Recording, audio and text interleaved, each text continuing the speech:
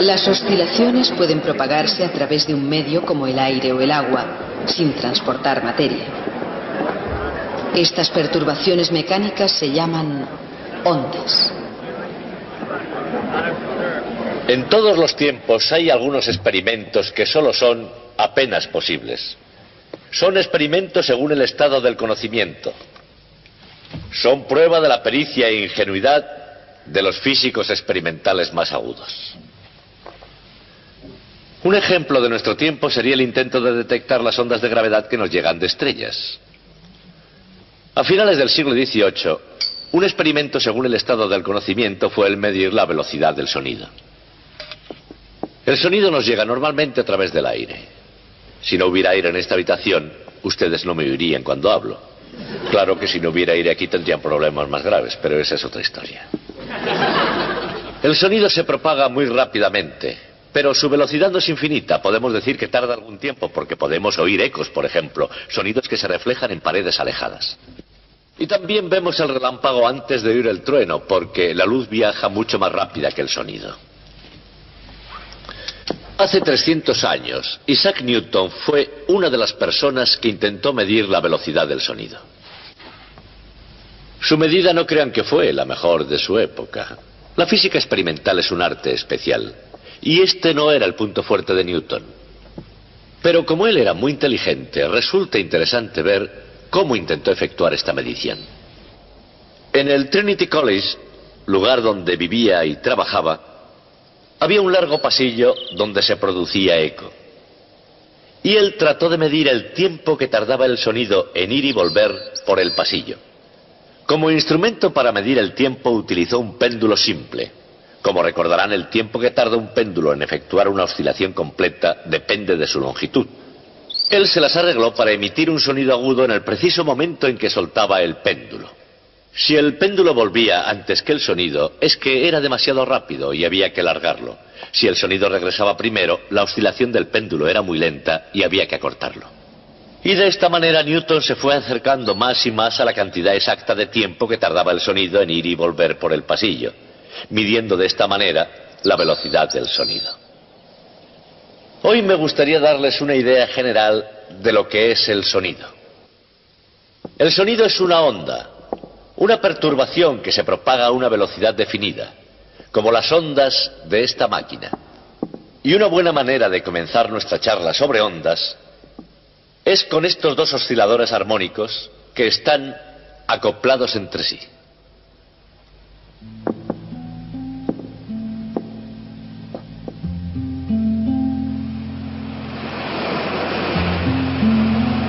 Agua, luz, sonido, incluso la presión. Todos ellos se propagan por ondas. De hecho, las ondas son uno de los fenómenos naturales comunes en el mundo de la física.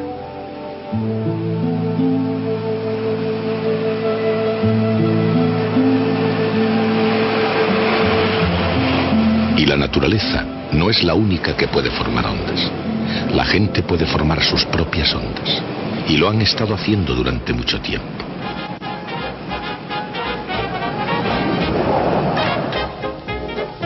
Nueva York, 1926. Una gran bienvenida a Gertrude Ederle, la primera mujer que cruzó a nado el Canal de la Mancha. Pero aquí ocurre algo más que lo que salta a la vista, y es mucho menos lo que salta a la vista de la huésped de honor. Esta es una onda humana de choque, con una onda frontal circular, como los movimientos moleculares de una onda de sonido en un gas. Observen cómo la onda se mueve de una persona a la siguiente, dejando un vacío parcial en su estela. Esta onda frontal, no recurrente, era inofensiva.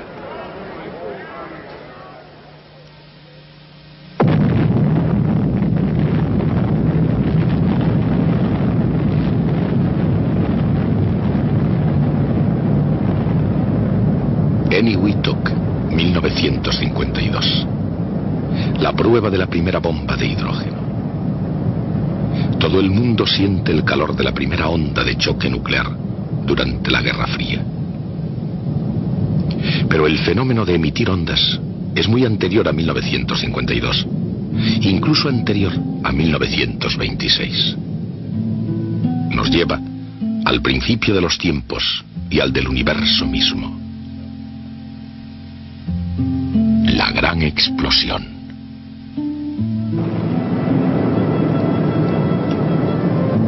Y desde el mismo principio de todo, una perturbación en un lugar, sea natural o no, inevitablemente causa una reacción en otro lugar. Y así continúa. Una perturbación en el tiempo atmosférico en una región polar causa problemas en el paraíso de una isla tropical.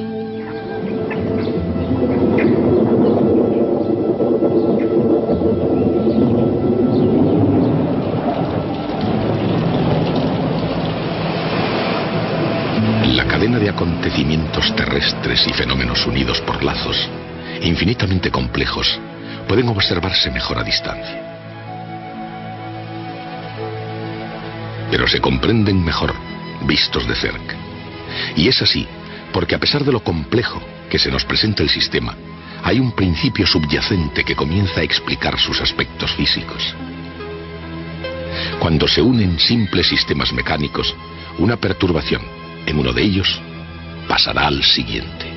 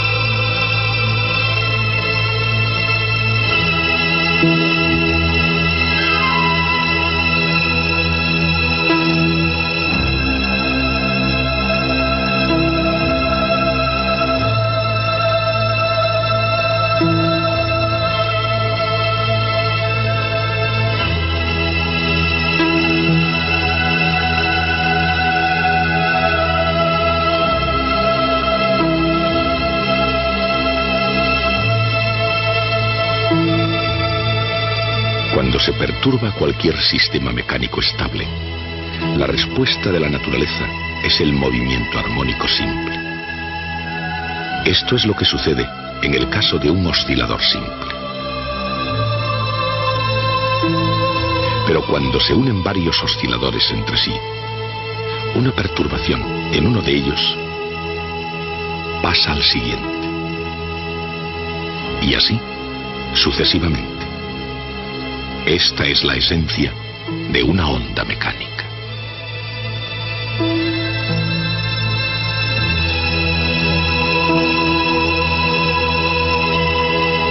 A veces, los osciladores mecánicos individuales son fáciles de percibir. En otros casos, la onda misma se puede ver con más facilidad que los osciladores individuales. Tal vez resulte más sorprendente el hecho de que las ondas se propagan no solo a lo largo de la superficie del agua, sino, incluso, a través del interior de un sólido cristalino. La velocidad de una perturbación depende del medio que atraviesa y de la conexión entre una partícula de materia y la siguiente. Si la unión es débil, la perturbación pasa lentamente. Si es fuerte, la perturbación viaja rápidamente. Pero con independencia de la velocidad, o el medio, el agua, el aire o incluso un sólido, todas las ondas que se propagan a través de cualquier medio se llaman ondas mecánicas.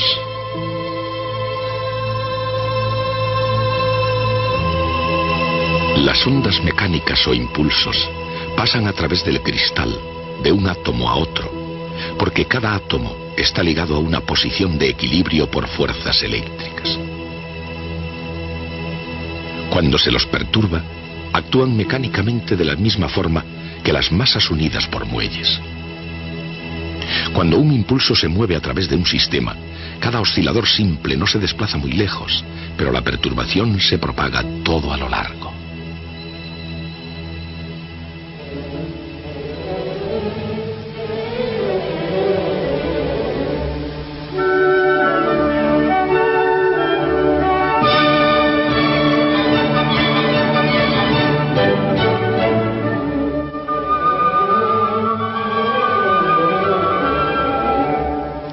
veces las oscilaciones mecánicas pueden ser más conmovedoras que perturbadoras. Pueden ser arte a la vez que ciencia y pueden gozarse como tales.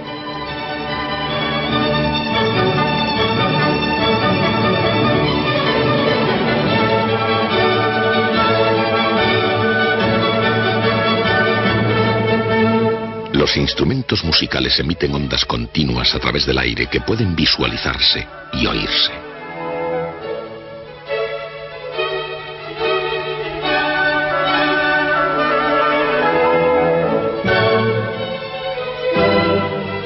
Unas masas unidas por muelles pueden no parecer una hermosa música, pero el principio es el mismo, y podemos describirlo utilizando unos pocos términos corrientes.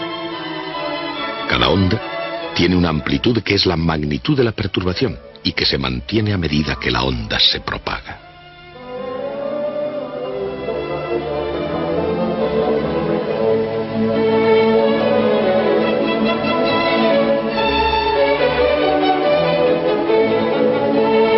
También tiene una duración definida para cada ciclo completo, llamado período.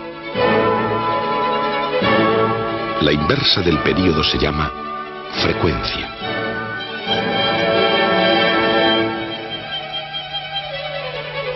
El tono de la música depende de su frecuencia. Cuanto más alta sea la frecuencia, más alto será el tono del sonido. Y el volumen de la música depende de la amplitud. Pero sin importar lo altos que sean los sonidos, están siempre en movimiento. E independientemente del tono del volumen, todos los sonidos se propagan por el aire a exactamente la misma velocidad. Si no fuera así, cada oyente oiría una ejecución distinta.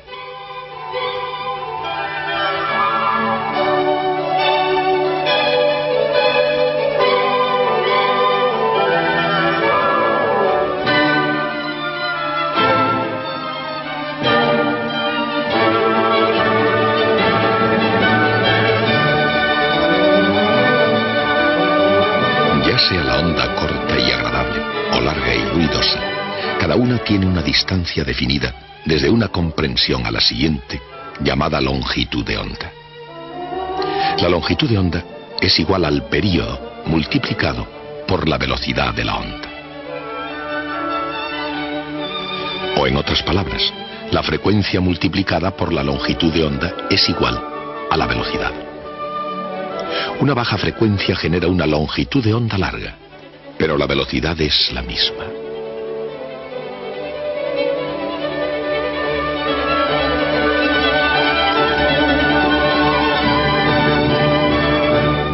La velocidad de las ondas en el aire es siempre la misma, con independencia de la frecuencia de la longitud de onda, e incluso de su amplitud. Pero en este mundo, no todas las ondas se dispersan igual.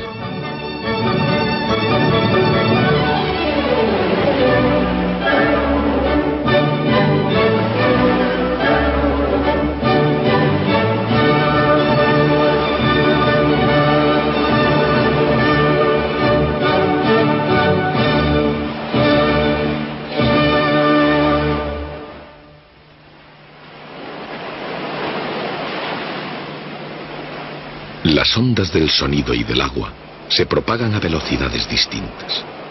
Y a diferencia de las ondas de sonido, las olas pueden propagarse a velocidades distintas unas de otras. A una distancia considerable de un continente, lejos fuera, en mar profundo, las olas largas avanzan más rápidamente que las cortas. Pero cerca de la orilla, las olas avanzan juntas, y al margen de su longitud, todas las olas disminuyen su velocidad a medida que se acercan a tierra. En la mecánica de las ondas, eso es así, en definitiva. Porque en la tierra o en el mar, en realidad en todas partes, todas las ondas mecánicas siguen los mismos principios básicos. Donde quiera que se emitan ondas, los osciladores armónicos responden y luego vuelven a su posición inicial. Los osciladores están unidos de forma tal que cada ciclo de uno excita al oscilador que está a su lado. ¿Qué es lo que determina la velocidad con que se mueve la onda?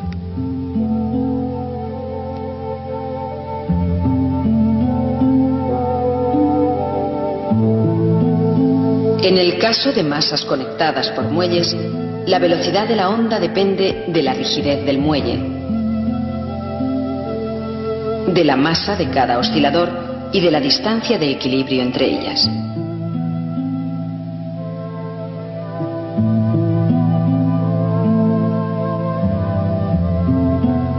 En el agua, la gravedad es la fuerza que hace que el agua retorne a su posición inicial. Esa es la razón por la cual la gravedad determina la velocidad a la que viaja una ola, pero así también la determina la propia longitud de onda. Si la profundidad del agua es mucho mayor que la longitud de onda, su velocidad es aproximadamente igual a la raíz cuadrada de la aceleración de la gravedad g multiplicada por la longitud de onda y dividida por 2pi.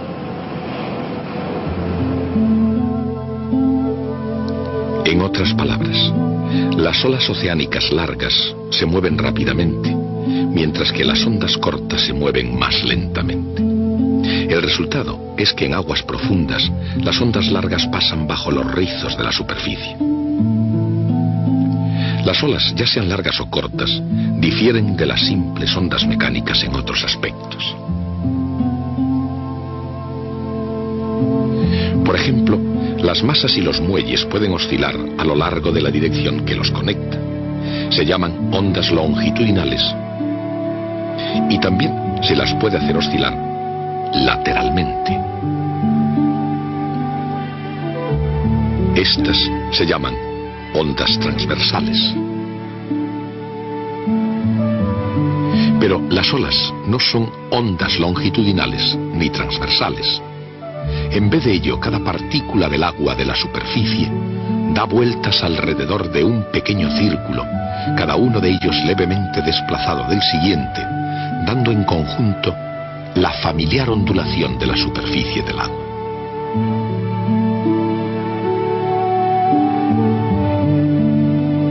Cuando una ola se acerca a la orilla, entra en contacto progresivo con el lecho del mar, que hace disminuir su velocidad.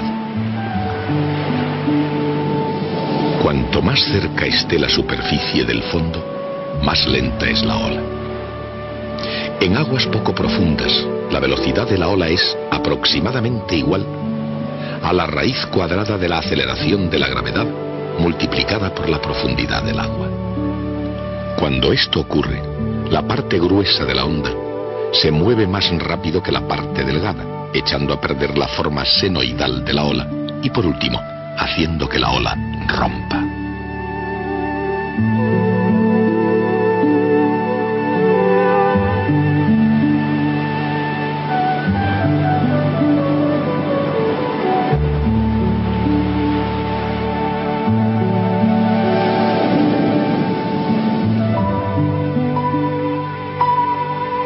Las ondas sonoras pueden oírse, pero no verse. Las ondas sonoras son generadas por algo que haga vibrar el aire. Un objeto que vibre pone en movimiento el aire a su alrededor, comprimiendo y expandiendo su densidad con cada vibración. Esa es la razón por la que una onda sonora generada lleva igual frecuencia que su fuente. La fuerza que dirige a una onda sonora es debida al cambio de presión cuando la densidad del aire crece o decrece. De la misma manera que la velocidad de las olas depende de la gravedad, la velocidad del sonido depende de la presión y de la densidad del aire. En el aire, la velocidad del sonido es aproximadamente igual a la raíz cuadrada de la presión dividida por la densidad del aire.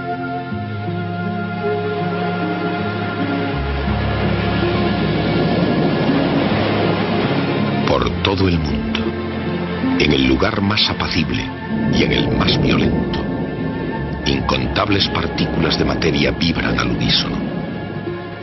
Y de acuerdo con los principios del movimiento armónico, crean el fenómeno de la onda mecánica.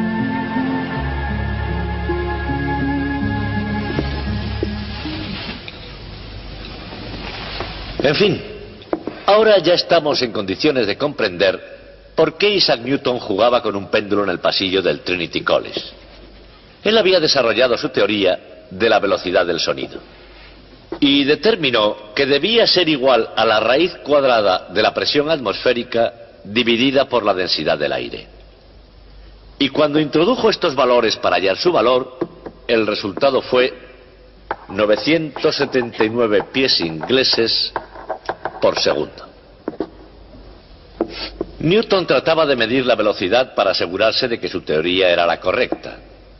Pero esta teoría que hizo Newton no fue la mejor para esa época. La mejor de esa época fue la realizada por William Derham, quien consiguió un resultado de 1142 pies ingleses por segundo.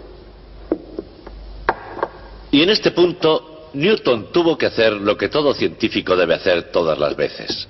Tuvo que hacer un juicio de valor. Su teoría pronosticaba ese número.